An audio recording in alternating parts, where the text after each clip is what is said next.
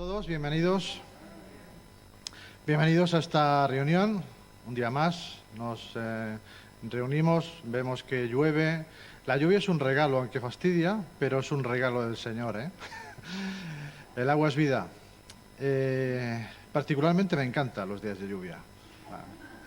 Hay gente que dice que no, que son días muy grises y tal. A mí me encantan los días de lluvia. Bueno, vamos a orar, vamos a pedirle al Señor que nos bendiga en este día que nos ha regalado, aunque llueve. Señor, gracias por este día. Señor, tú nos permites estar aquí, reunidos, un grupo de hijos tuyos, Señor. Gracias por tu fidelidad cada día con nosotros. Y te pedimos que nos bendigas esta mañana, Señor, que nos ayudes a escuchar tu palabra, Señor, y alabarte con nuestro corazón. Gracias por todo y te lo pedimos en nombre de tu Hijo amado. Amén. Bueno, vamos a abrir nuestras Biblias. Vamos a la carta que Pablo escribe a los colosenses. Vamos a empezar en el principio de la carta, Colosenses capítulo 1. Vamos a leer desde el versículo 1 hasta el 14. Colosenses 1, del 1 al 14. Leo en la versión de las Américas.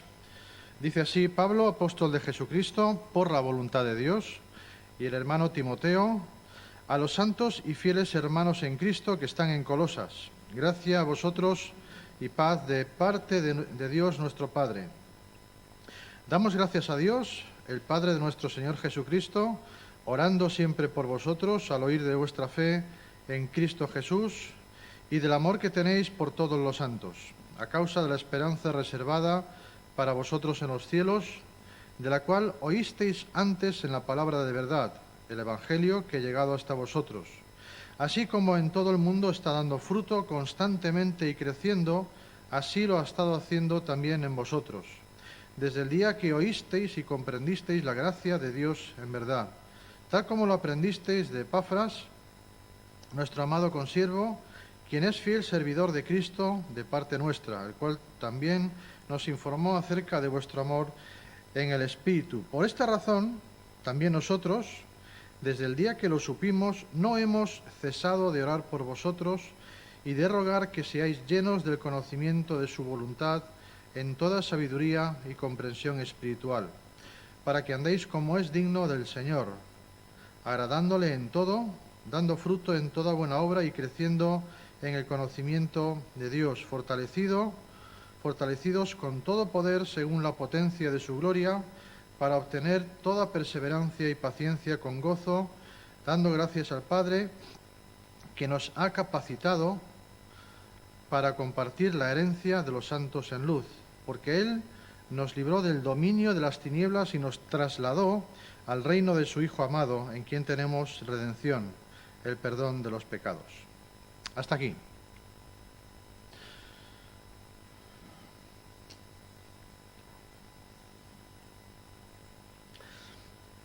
Pablo escribe esta carta desde la cárcel en Roma. Forma parte de las 4 epístolas, llamadas epístolas de la prisión, junto con Efesios, con Filipenses y con Filemón. Esta carta fue escrita porque proliferaban ciertas enseñanzas erróneas y peligrosas que habían aparecido por allí. Entonces se presentaba a Jesucristo, quitándole la posición de privilegio como hijo de Dios, la posición que tiene como hijo de Dios, ¿no? Y como Salvador. Y se reducía, aunque le daban bastante importancia a Jesús, pero se reducía a una criatura divina, de menor importancia, pues que únicamente servía como vínculo entre Dios y la creación, ¿no? Pablo no quería que los cristianos de Colosas sucumbieran ante esas enseñanzas. Por eso en esta carta hay expresiones como la que vemos en el versículo 15 del capítulo 1, refiriéndose a Jesús. Él es la imagen del Dios invisible, el primogénito de toda creación, es decir, es quien va a heredar toda la creación. Es importante, no es un ser menor, porque en él fueron creadas todas las cosas. Y después en el capítulo 2, versículo 9, Pablo les dice que toda la plenitud de la deidad, absolutamente toda la plenitud de la deidad, reside, habita corporalmente en él. Resumiéndolo mucho, este es el contexto de Colosenses. Pero del texto que hemos leído hay mucho más, hay muchas cosas que decir y mucho sobre qué reflexionar. Pero vamos a ver los dos últimos versículos que hemos leído, versículos 13 y 14.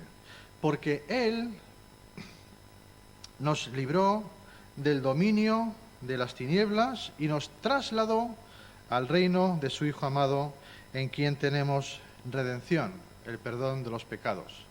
En primer lugar está hablando del Padre, la primera persona de la Trinidad.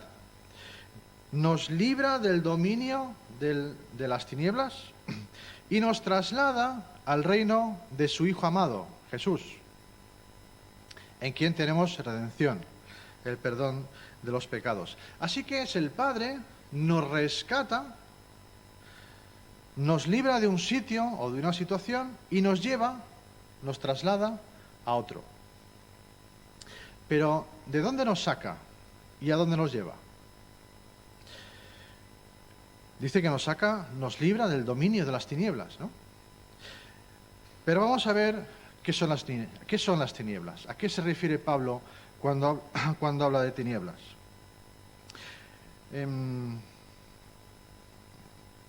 Dice la RAE, la Real Academia Española de la Lengua, que tinieblas es falta de luz.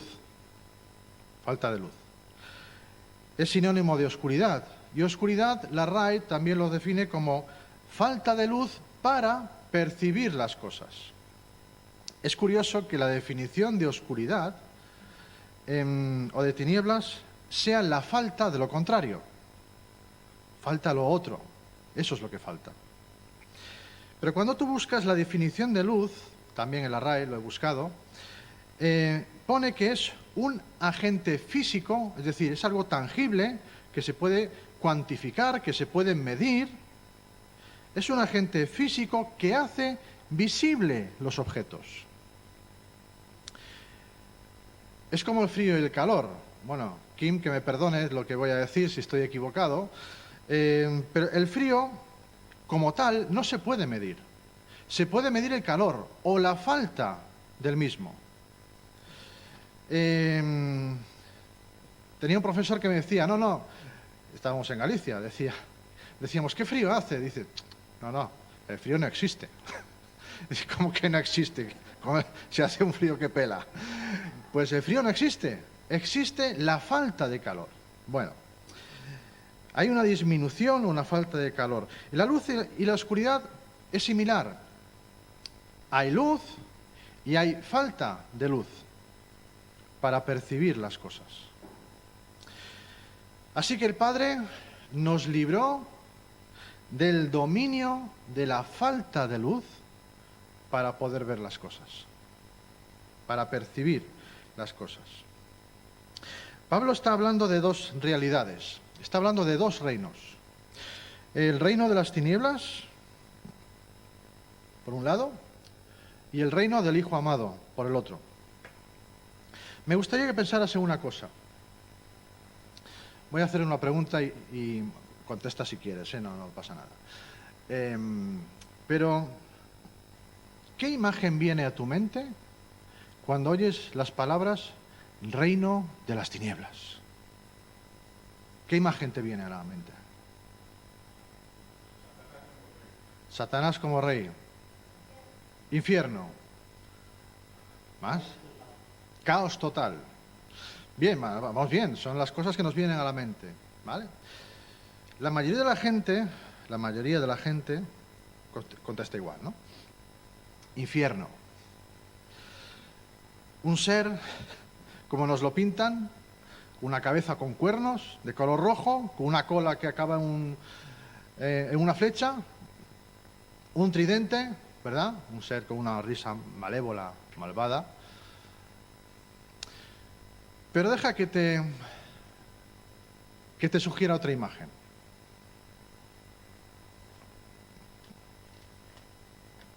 Voy a ponerte otra imagen de lo que puede ser el reino de las tinieblas. Es un billete de 50. Es mío, ¿eh? Es mío. El amor al dinero, ya sabéis lo que es. Desde ahí, sí. Ahora te lo acerco.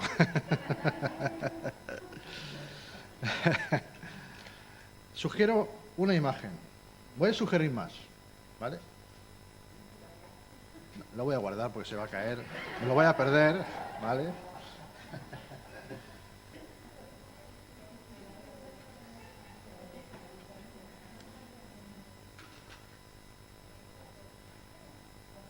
Deporte.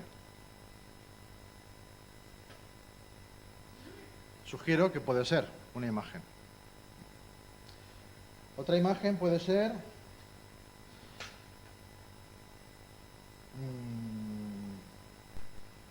no huelen, ¿eh? Rebajas. Rebajas. ¿Verdad? Otra imagen. Son de los niños, ¿eh? Esto de tener niños tiene un montón de recursos. Un coche. Os sugiero que también puede ser... Quiero una Harley. Una moto, una Harley Davidson. Os sugiero que otra imagen puede ser... Viajar. Es un imán de los que tenéis gafas y estáis lejos, es un imán de la nevera, ¿vale? Con una foto de Utrecht. Ya sabéis dónde puede ser. Viajar.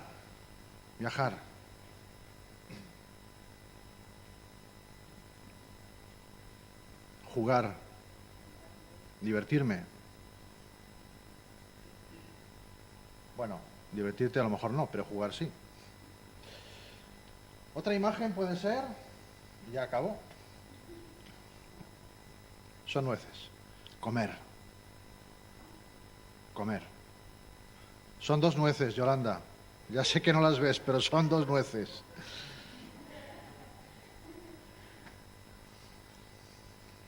¿Qué caracteriza a una persona que vive en el reino de las tinieblas? ¿Cuál es la característica de esta persona? Lo que caracteriza a una persona que vive en el reino de las tinieblas es vivir para estas cosas. Vivir para todo esto. Una persona que vive para ganar dinero, que rinde culto a su cuerpo. Una persona que lo que quiere es tener el mejor coche posible, no el de los pinipón, pero el mejor coche posible. Que quiere comprarse por encima de todo la mejor moto, una Harley. Que lo que quiere es irse de vacaciones, a toda costa. Estoy trabajando todo el año para irme de vacaciones. ¿Cuántas personas nos rodean para esto? Y vemos que realmente viven de esta manera, ¿no? Estoy esperando el momento de irme de rebajas. No veo el momento, la hora. O una relación. Vivir para una relación, esperando que sea otra persona la que me llene. Vivir para ser lleno de estas cosas. No estoy diciendo que estas cosas sean malas, ¿eh? Nos vamos de vacaciones, vamos a comprar, tenemos coche, algunas son imprescindibles para poder trabajar. Necesitas el coche, tienes que tener dinero para poder comprar las cosas. No es necesario comprarse ropa. Es imprescindible tener relación con personas, casarse, tener familia. Son cosas imprescindibles. Todo eso es bueno, pero se convierte en algo malo cuando única y exclusivamente vives para eso. para que alguna de esas cosas te llene por completo. El reino de las tinieblas es tomar las cosas de la creación de Dios, las cosas que tenemos alrededor, que son buenas, como acabamos de ver, y utilizarlas mal. Dice un escritor, hablando justamente de esto, que es algo bueno mal visto. Las tinieblas es la idea de no poder ver bien. La primera característica, o una de las características de este reino, es que parece ser atractivo. No es un lago de fuego con demonios y seres malévolos corriendo y cantando canciones macabras, no. Cuando Pablo dice que antes estábamos en el reino de las tinieblas, no está hablando de un lago de fuego ni nada parecido, ni algo como el volcán de La Palma, no está hablando de eso, ¿no? La idea es otra. ¿Pero por qué habla de tinieblas? La consecuencia de las tinieblas es que no puedes ver, ¿no? Te presenta la incomodidad de poder ver, no puedes percibir las cosas. ¿Alguna vez has ido en coche por la noche en alguna carretera secundaria en la que no hay ningún tipo de iluminación? Vas tú solo por la carretera, no hay nadie más, hay monte a un lado, monte al otro, oscuridad total, son las 2 de la mañana. ¿Y te has quedado sin luces en el coche? ¿Alguno lo ha pasado? ¡Qué suerte tenéis!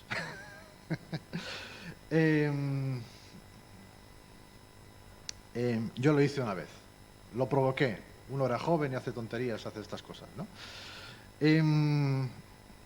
Pero recuerdo la sensación de pánico. Pánico total. Era una recta. Yo sabía que era una recta, pero cuando apagué las luces no había recta. No sabía absolutamente nada, claro, y no sabía si el coche iba recto o se me estaba yendo hacia un lado. Creo que tardé como una cosa de un segundo a encender las luces. Iba despacio, mamá, tranquila, iba despacio. No te preocupes. Pero recuerdo que pensé, espero que se enciendan las luces, porque si no va a ser un desastre. No podía ver absolutamente nada y eso me generó una sensación de pánico absoluto. Por eso se llama tinieblas, porque te imposibilita ver. Pero la pregunta es, ¿qué es lo que no puedo ver cuando estoy en ese reino? La primera cosa que no puedo ver es que el pecado no es lo que parece ser. No darme cuenta de lo que este rey en ese reino me está ofreciendo y que parece fantástico, pero acaba matándome. Vamos a ver un ejemplo en la Biblia. Tenemos un gran ejemplo en el pueblo de Israel. Vamos a ir a Números. Números capítulo 11, versículos 5 y 6. Dios saca al pueblo de Israel de Egipto y los lleva hacia la tierra prometida. Los está llevando, van de camino, ¿no? Y pasa una cosa, no solo los saca, les está dando de comer, que no pasen hambre, ¿vale? Les está dando de comer. El pueblo de Israel era esclavo de Egipto, esclavo en un desierto. Egipto es casi toda arena, prácticamente es toda arena. Y fíjate lo que dice el pueblo de Israel. Vamos a ir al versículo 5 de Números 11.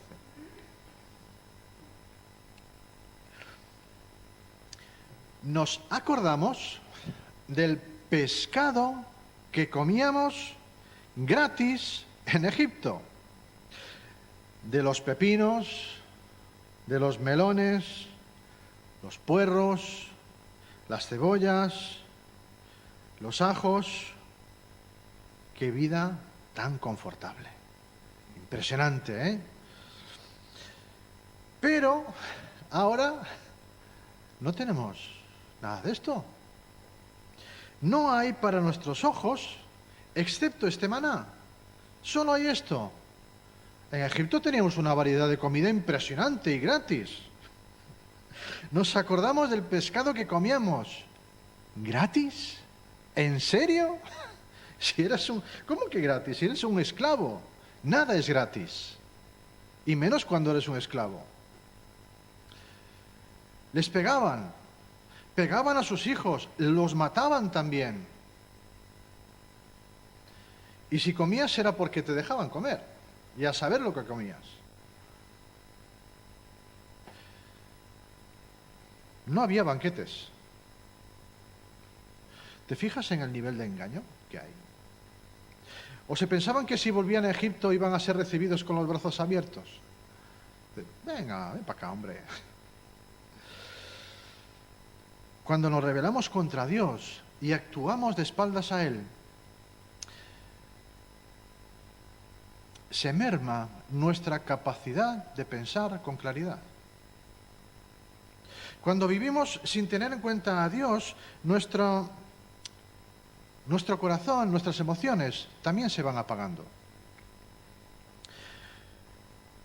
Si tu anhelo es comprarte el mejor coche que puedas comprar, tu único anhelo es comprarte ese coche y estás ahorrando, trabajando, pensando únicamente que quieres ese coche. Es que quiero ese coche. Cual es una tontería, porque el año que viene habrá otro mejor, ¿no? Pero quieres ese coche.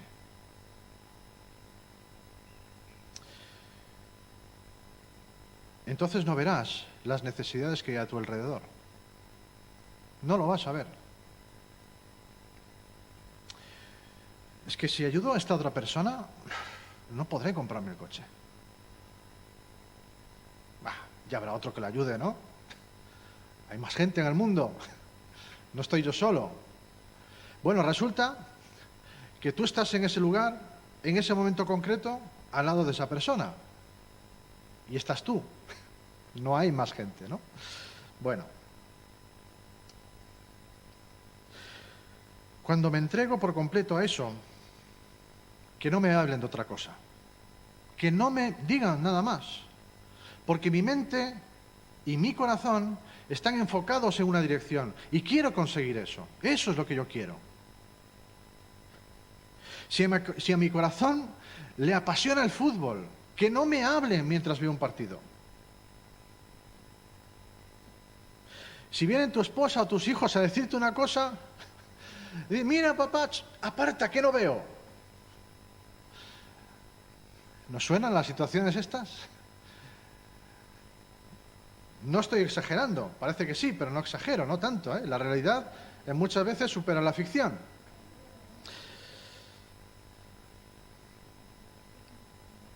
Y cada vez que te introduces más, pierdes más la capacidad de decirle que no. Hay un escritor que dice que el pecado es una acción suicida originada por mí hacia mí mismo. Es atractivo, pero me acaba destrozando. Otra de las cosas que me impide ver las tinieblas es el valor del Hijo amado. Esto es otra de las cosas que me impide ver. Si nos fijamos en el versículo 15, precisamente Pablo nos va a describir el valor de ese Hijo amado. Nos rescata, nos libera de ese reino para llevarnos al reino del Hijo amado y nos describe cómo es. Nos dice, versículo 15, es la imagen del Dios invisible, el primogénito de toda creación, es el más importante, es quien va a recibir la herencia de esa creación. Porque en Él fueron creadas todas las cosas, tanto en los cielos como en la tierra, las que se ven y las que no se ven, ya sean tronos o dominios, cambia una vocal importante, dominios, poderes o autoridades. Todo ha sido creado por medio de Él y para Él. Y esto precisamente es lo que me impide ver el reino de las tinieblas. ensombrece la belleza que tiene el Hijo de Dios. No nos deja ver con claridad la belleza que tiene ese reino. Y aquello que ensombrece, aquello que empobrece, que empequeñece la belleza de Cristo, eso son tinieblas. Todo aquello que me impide ver que el reino del Hijo de Dios es infinitamente mejor que cualquier otra cosa, eso es el reino de las tinieblas.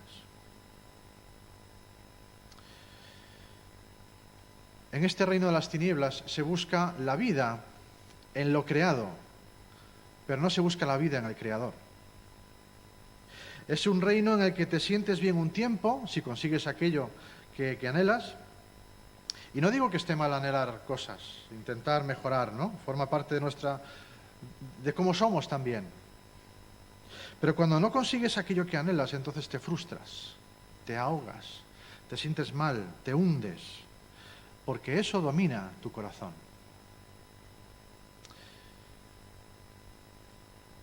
Y esto nos lleva a otro aspecto de este reino, que es que te domina.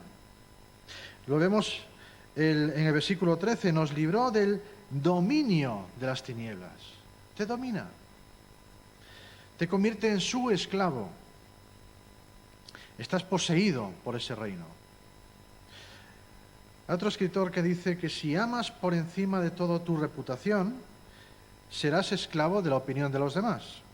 Si lo que amas es tu imagen física, serás esclavo del canon de belleza que esté vigente en ese momento concreto. Si lo que amas es tu propio bienestar, serás esclavo de todo aquello que te dé satisfacción.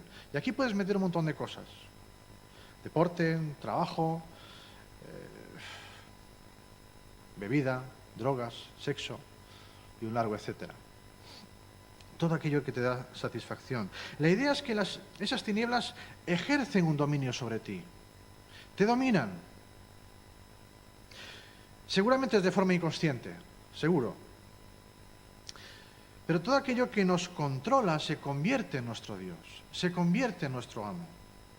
Todos rendimos pleitesía a algo o a alguien, todos, sin excepción. Todos buscamos llenar un vacío en nuestro interior, todos buscamos eso. Y aquello que anhelamos se convierte en nuestro dueño.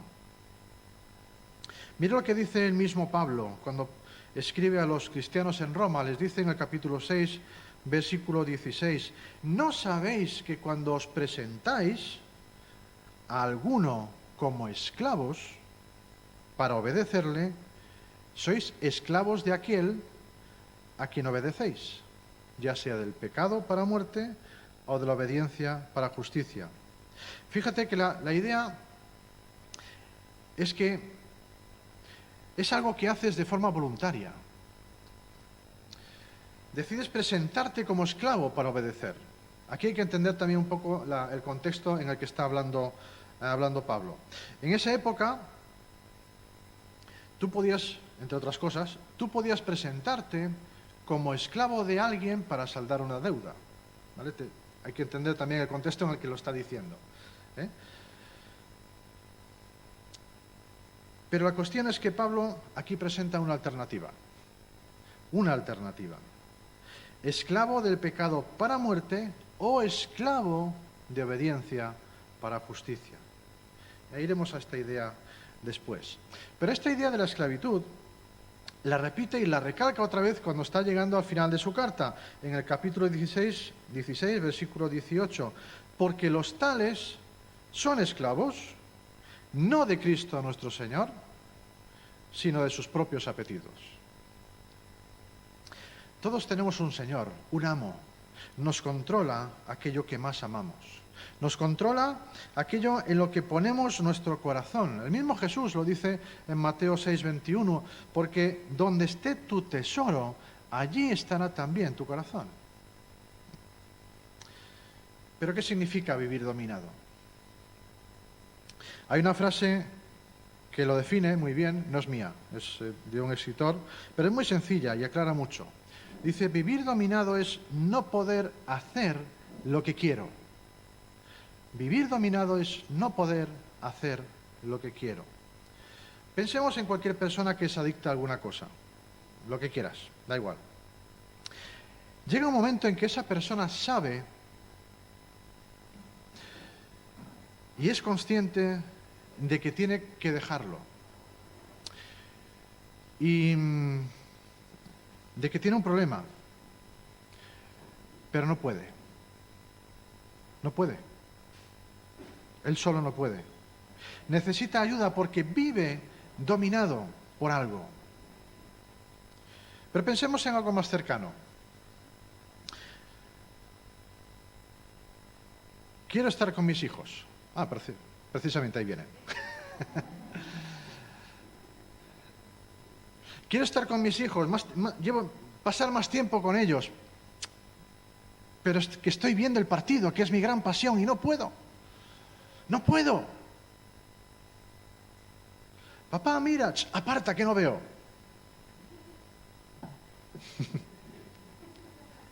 Esa risa no augura nada bueno. Lo que quiero decir es que vivimos dominados por muchas cosas, por muchas más cosas de las que nos pensamos nosotros. Y todo esto, fíjate bien, no es gratis. Esto no es gratis.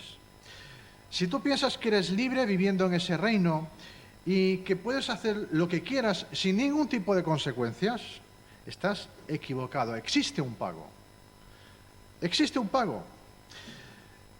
Y se lo dice Pablo también en los Romanos, capítulo 6, verso 23. El pago, el salario por vivir de esa manera es muerte. No es que te vayas a morir de aquí a poco por hacer algo mal. Es que el estado permanente es muerte. Es un estado permanente, porque ese es el salario que te pertenece por vivir de esa manera. Y esto nos lleva a otra característica, pero del otro reino. Ahora vamos a pasar al otro reino, al reino del Hijo amado. Nos lleva a otra característica. En el mismo pasaje de Pablo a los Romanos, capítulo 6, verso 23, les dice, la paga, el salario del pecado es muerte, pero, ¿qué viene después? El regalo, la dádiva, ¿verdad? Dice dádiva en algunas versiones, otras el regalo. Es un regalo. Es un regalo. Fijémonos en el texto de Colosenses. Si tú has llegado al reino del Hijo, es porque el Padre te trasladó hasta allí.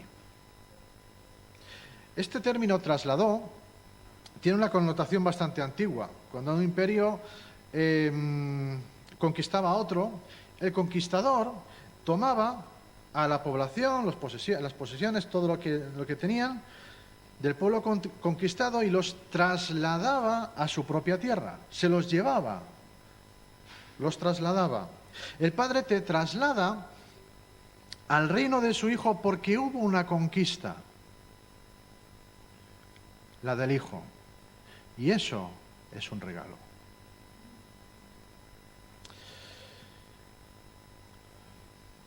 Mira el versículo 12 de nuestro texto de Colosenses 1. Dando gracias al Padre que nos ha capacitado para compartir la herencia de los santos en luz. Porque Él nos libró del dominio de las tinieblas y nos trasladó al reino de su Hijo amado. Herencia, habla de herencia. Sin embargo, estás muerto y no tienes derecho a nada, absolutamente a nada, porque el Hijo es Jesús. Cuando estás en el reino de las tinieblas, tú no eres hijo. Lo que el Padre está diciendo es, quiero que tú recibas herencia. Yo te saco de allí y te llevo a ese reino que es de mi Hijo, porque quiero que tú recibas herencia. Y para recibir herencia tienes que ser hijo. Eso es lo que te está diciendo el Padre. Quiero que tú seas mi hijo. Vaya. Perdón, Lidia.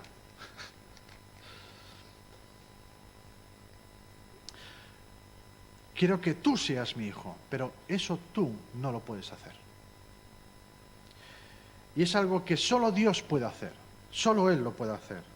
Es un regalo totalmente inmerecido. No es algo que tú puedas reclamar como derecho tuyo, se te da por gracia. Porque quien tiene eso, te lo quiere dar a ti. Y en el momento en que aceptas que eres pecador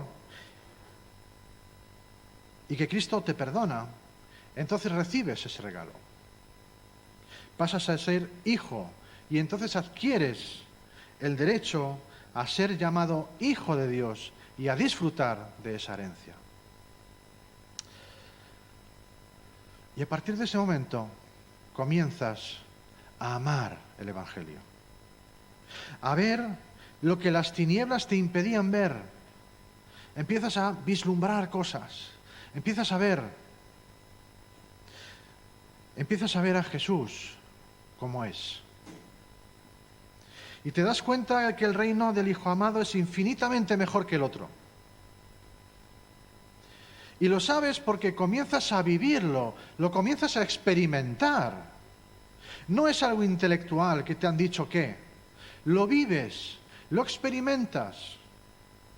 Pasa a ser tu vida seguir a Cristo. Es algo vivencial. Y esto nos lleva a otra característica. Y es que ese reino del Hijo amado te hace libre. ¿Y de qué te libera?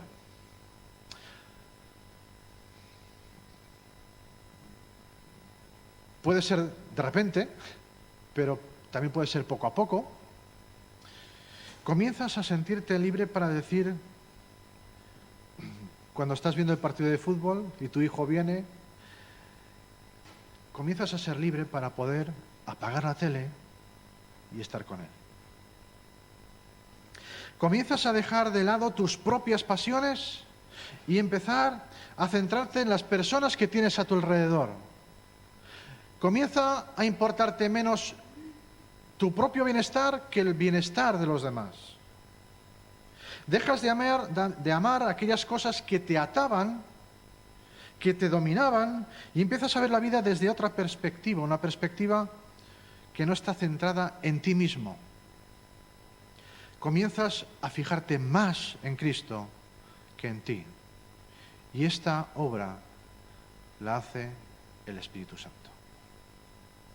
El poder liberador del Evangelio no es solo que te libera de una adicción de consumo, que sí, que tenemos ejemplos, y gloria a Dios por ello. También te libera de ti mismo, de tu propio orgullo, incluso en las cosas más pequeñas. Comienzas a fijarte y amar a aquel que hizo posible esa liberación, a Cristo. El Padre nos libró, nos rescató, nos sacó del dominio de las tinieblas y nos trasladó al reino de su Hijo amado. Ya dejas de estar dominado por aquello que no te dejaba ver y ahora puedes ver la alternativa que antes no podías ver. Ahora puedes ver que lo que Jesús hizo en la cruz sirve para que puedas ver que hay otro destino para ti. Que hay otra posibilidad, que no tienes por qué recibir ese salario de muerte.